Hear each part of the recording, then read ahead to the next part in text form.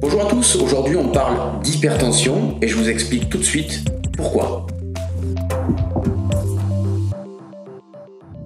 Alors premièrement parce que dans les pays développés, l'hypertension artérielle est le premier facteur de risque de maladies cardiovasculaires et d'accidents vasculaires cérébraux, les AVC. Donc entre les personnes qui sont déjà sous traitement, les personnes qui ignorent qu'elles sont atteintes d'hypertension et les personnes dont l'hypertension artérielle n'est pas encore trop problématique, on a grosso modo plus de 20 millions d'individus en France qui souffrent d'hypertension, donc grosso modo un Français sur 3.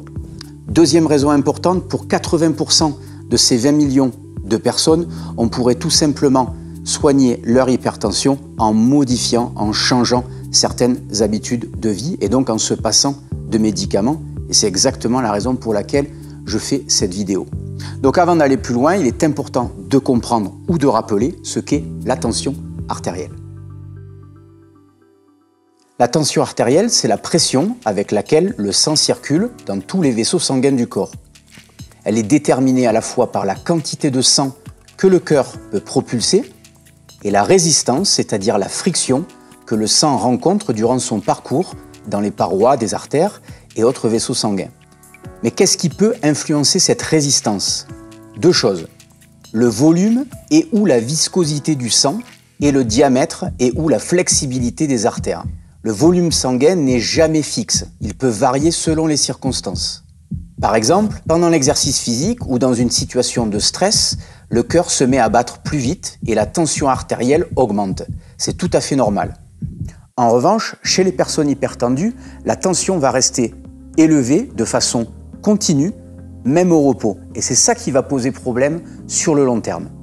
Lorsque nous sommes en bonne santé, nos reins régulent le volume sanguin grâce à la sécrétion et à la modulation de différentes hormones qui sont la rénine, l'angiotensine et l'aldostérone. C'est sur ces hormones que en fait, les médicaments qu'on utilise pour traiter l'hypertension vont agir. Lorsque on est dans des périodes de stress chronique, on va sécréter une autre hormone qui s'appelle le cortisol et dont vous avez déjà entendu parler, c'est l'hormone du stress. Et le problème d'une sécrétion chronique de cortisol, c'est que ça va venir perturber la régulation de cette fonction essentielle gérée par les reins. Gardez en tête que plus le stress est chronique et plus le contrôle des reins sur les hormones qu'ils gèrent est profondément perturbé. Le stress chronique génère également à la fois une diminution de la taille des artères, un pompage plus important par le cœur et donc une pression artérielle chroniquement élevée. Cette chronicité génère de l'inflammation qui endommage également la paroi des vaisseaux sanguins jusqu'à ce que ces vaisseaux finissent par se craqueler. La majorité du temps, les vaisseaux sont réparés mais créent une cicatrice qu'on nomme la plaque d'athérome. Et lorsque les plaques d'athérome s'accumulent, cela perturbe encore plus le passage du sang et le cœur doit forcer encore plus, ce qui aggrave l'hypertension artérielle. Et vous comprenez qu'au fil des années, on rentre dans un cercle vicieux très pernicieux où les plaques d'athérome qui s'accumulent peuvent finir par se détacher et donc boucher une artère, un vaisseau, etc. et donc causer un premier problème. Ou éventuellement, les vaisseaux, à force d'être dans une tension trop importante, peuvent finir par se déchirer, ce qui entraîne une hémorragie, comme on le retrouve par exemple dans les accidents vasculaires cérébraux, les AVC. Le gros problème, c'est qu'on peut souffrir d'hypertension pendant des années sans s'en rendre compte et c'est la raison pour laquelle on a surnommé l'hypertension artérielle le tueur silencieux. C'est pour ça qu'il faut contrôler sa tension régulièrement parce qu'une hypertension artérielle non diagnostiquée peut entraîner et augmenter le risque de problèmes de santé graves comme par exemple l'augmentation du risque d'AVC, l'augmentation du risque d'infarctus du myocarde ou encore l'augmentation du risque d'insuffisance cardiaque ou rénale. Le contrôle de la tension se fait avec votre médecin ou de façon plus pratique avec un tensiomètre électronique qu'on peut trouver en pharmacie. Une tension supérieure à 14,9 de façon constante, c'est-à-dire mesurée à différents moments de la journée, est considérée comme de l'hypertension. Souvenez-vous que la tension fluctue dans la journée en fonction de nos efforts et de nos émotions. C'est donc la permanence d'une tension trop haute qui va poser des problèmes à long terme. Alors maintenant que vous comprenez mieux les problématiques associées à l'hypertension artérielle, quelles sont les solutions naturelles. Toutes ces solutions, elles sont sous notre contrôle. Il suffit juste de s'y mettre, il suffit juste de mettre en pratique les conseils que je vais vous donner dans la vidéo pour obtenir des effets notables, voire très importants en cas d'hypertension artérielle. Et contrairement aux médicaments, ces solutions, elles sont sans effet secondaire. Donc dans certains cas extrêmes d'hypertension, l'utilisation de médicaments peut être vraiment obligatoire. Donc dans 80 à 90% des cas, l'utilisation des conseils que je vais vous donner dans cette vidéo va suffire à retrouver une tension artérielle normale et donc à soigner le symptôme de l'hypertension. Première action, mieux manger. De façon concrète, il faut limiter le plus possible la consommation d'aliments transformés qui sont trop riches en sel, en graisses transformées, en sucre et autres additifs, et de façon plus générale, les aliments ou les plats qui sont trop salés. Utilisez le plus possible des sources de glucides à index glycémique moyen ou faible, comme par exemple les lentilles, les pois chiches, le riz basmati, la patate douce, la poudre de patate douce, les flocons d'avoine et éventuellement 2 à 4 portions de fruits par jour. Il faut également consommer beaucoup de légumes. En termes de volume, il faut que les légumes représentent la majorité de votre alimentation. Donc dans la famille des végétaux, il faut privilégier les épinards, la mâche, la roquette, les choux blancs, les choux rouges ou les choux frisés, l'ail, les betteraves, les brocolis, les oignons et les épices comme le romarin, le thym, le basilic ou encore le gingembre. Tous ces végétaux, ils contiennent beaucoup de potassium et c'est fondamental pour équilibrer ce qu'on appelle la balance sodium-potassium qui est essentielle au bon fonctionnement de l'organisme. Tous ces végétaux, ils apportent également beaucoup de fibres, ce qui est essentiel pour aider à la régulation de la glycémie, c'est-à-dire le taux de sucre dans le sang, pour aider à maintenir ce taux de sucre dans le sang stable, mais également pour aider à réguler dans l'organisme à la fois les triglycérides, le cholestérol, mais également pour aussi aider au bon fonctionnement de la flore intestinale, ce qui va permettre de réguler les niveaux d'inflammation, encore une fois, dans l'organisme. Enfin, tous les végétaux que j'ai cités apportent énormément des molécules d'une famille qu'on appelle les polyphénols et qui va aider à la régulation des niveaux d'inflammation dans l'organisme et donc à diminuer finalement l'inflammation des vaisseaux sanguins. Et certains d'entre eux, comme l'ail, les betteraves, les oignons, vont à la fois favoriser la vasodilatation, c'est-à-dire l'élargissement des artères, afin de réduire la pression artérielle, tout en ayant des actions spécifiques sur les hormones gérées par les reins, notamment l'angiotensine et la rénine, dont on a parlé précédemment. Autre conseil très important, consommer suffisamment d'oméga 3. Donc les oméga 3, je vous conseille plutôt de vous orienter vers des petits poissons dont la chair en est riche, comme par exemple les sardines ou les maquereaux, et d'éviter les gros poissons qui sont traditionnellement riches en oméga 3, comme le saumon, le thon, parce que d'une part, ces poissons concentrent énormément de polluants, et puis souvent, leur espèce est déjà assez menacée, donc on les évite. Et puis bien entendu, on peut utiliser un complément alimentaire bien dosé. Alors dans le cas de l'hypertension artérielle, les oméga 3 vont moduler positivement l'inflammation, augmenter la vasodilatation des artères et agir encore une fois sur les hormones gérées par les reins, la rénine et l'angiotensine. Passé 30 ou 40 ans, certains compléments alimentaires deviennent une aide précieuse, tout simplement parce que, à mesure qu'on vieillit, les processus d'assimilation de certaines vitamines, de certains minéraux sont perturbés et donc on les capte moins, on les assimile moins bien et donc on développe des micro-carences. Et ces micro-carences, elles vont perturber le bon fonctionnement de certains cycles physiologiques dans l'organisme et donc induire ou participer au développement de l'hypertension artérielle.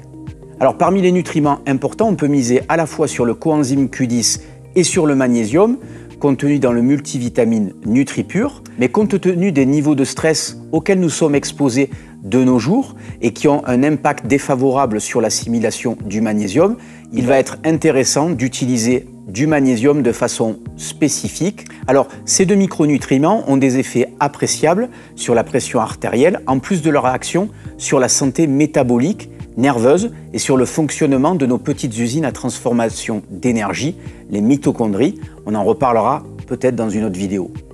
La citrulline est également précieuse. La citrulline, c'est un acide aminé qui va favoriser la synthèse dans les parois vasculaires du monoxyde d'azote, un fluidifiant sanguin qui empêche les artères de se boucher et surtout une molécule qui détend le tissu vasculaire et fait baisser la pression artérielle. La citrulline possède plein d'autres intérêts majeurs qui sont expliqués directement sur le site NutriPure ou dans mon livre Physico-Top. Deuxième action majeure, mieux respirer. Vous le savez, je parle très régulièrement de respiration sur cette chaîne, sur mon blog ou dans mes livres et pour une raison très simple, la respiration est une fonction fondamentale, essentielle. Donc lorsqu'on est soumis à des états de tension émotionnelle trop importants, lorsqu'on est trop anxieux, lorsqu'on subit trop de pression sociale, ce qui est à peu près le cas de n'importe quelle personne aujourd'hui dans notre société, ça va progressivement modifier notre schéma respiratoire sans qu'on s'en rende compte. Le schéma respiratoire, c'est la façon dont je respire. Et en fonction de différentes situations, en fonction de nos émotions, notre respiration, elle va s'adapter. Et si vous êtes dans des états de stress ou de tension chronique, votre respiration, elle va adopter un rythme très particulier, une fréquence ventilatoire adapté à ces états de stress, c'est-à-dire pour pouvoir éventuellement combattre, fuir. Mais vous comprenez bien que ce n'est pas du tout adapté aux situations qu'on vit dans notre quotidien. Et donc la perturbation de ce schéma respiratoire, elle va induire à la fois des perturbations au niveau carrément de notre posture, de la façon dont on se tient, de la façon dont certaines de nos articulations fonctionnent, comme la cage thoracique, etc. Mais surtout, elle va avoir des répercussions au niveau de la tension artérielle. Dans mes livres Mac Bouger sans douleur, Sport sans blessure ou Santé et nutrition, on retrouve des exercices pour apprendre à réguler, à corriger ce schéma respiratoire qui est perturbé, et notamment avec des exercices où on va avoir un tempo respiratoire, c'est-à-dire un rythme respiratoire particulier en fonction de situations, en fonction des exercices, et qui va me permettre précisément d'apprendre à agir à la fois sur la façon dont je respire, mais également sur la façon dont mon cœur agit en synchronisation avec ma respiration, et donc la façon dont mon cœur et ma respiration agissent sur mes émotions, mes ruminations, mes pensées négatives. Donc ce rapport entre émotion, cœur et respiration, je l'avais déjà évoqué dans une précédente vidéo, mais on peut aller beaucoup plus loin via les livres que je vous ai précédemment cités. Troisième action majeure, la pratique sportive. Si vous suivez déjà mes programmes d'entraînement, vous faites déjà tout ce qu'il faut en matière de pratique physique et corporelle pour avoir une action favorable sur la prévention et le traitement de l'hypertension. Si vous ne connaissez pas mon travail et mes programmes, voici quelques conseils. 2 à 3 fois par semaine, pratiquez une activité cardiovasculaire à intensité modérée comme de la marche, du vélo ou de la course à pied pendant 15 à 30 minutes. Je vous conseille également 2 fois par semaine un travail spécifique de HIIT, c'est-à-dire des entraînements fractionnés où on alterne effort intense et récupération sur plusieurs minutes. On peut compléter ces recommandations par du renforcement musculaire ou de la musculation dont la programmation a été bien réfléchie. L'idée, c'est de vous faire progresser sans nuire à votre santé, sans nuire à la santé de vos articulations et également sans nuire à la santé de vos artères. Pour retrouver ce type de recommandations et de programmation, je vous suggère mes programmes Physico-Top que vous pouvez utiliser en salle ou chez vous ou n'importe où grâce à mon matériel nomade. Quatrième action majeure, arrêter de fumer. Donc le tabagisme est majoritairement impliqué dans le développement et la survenue de cancer, mais il va avoir un impact majeur également sur le développement et la survenue d'hypertension artérielle. Donc c'est très important d'essayer du mieux que vous pouvez d'arrêter de fumer, et ça vaut également pour l'arrêt des cigarettes électroniques. J'ai bien conscience qu'arrêter de fumer, c'est pas si simple que ça, mais pour les 3 autres actions, elles sont sous votre contrôle. C'est-à-dire vous pouvez vous y mettre dès aujourd'hui, il suffit vraiment de le vouloir. Donc pour vous aider à mieux manger, mieux respirer, mieux bouger, Je vous suggère mes livres et mes programmes que vous pouvez retrouver sur mon site internet, le www.christophe-cario.com. Et pour les compléments alimentaires que je vous ai cités, vous allez sur le site NutriPure, www.nutripure.fr. Prenez soin de vous, prenez soin de vos proches et à très bientôt pour de nouveaux conseils d'entraînement. Bye bye.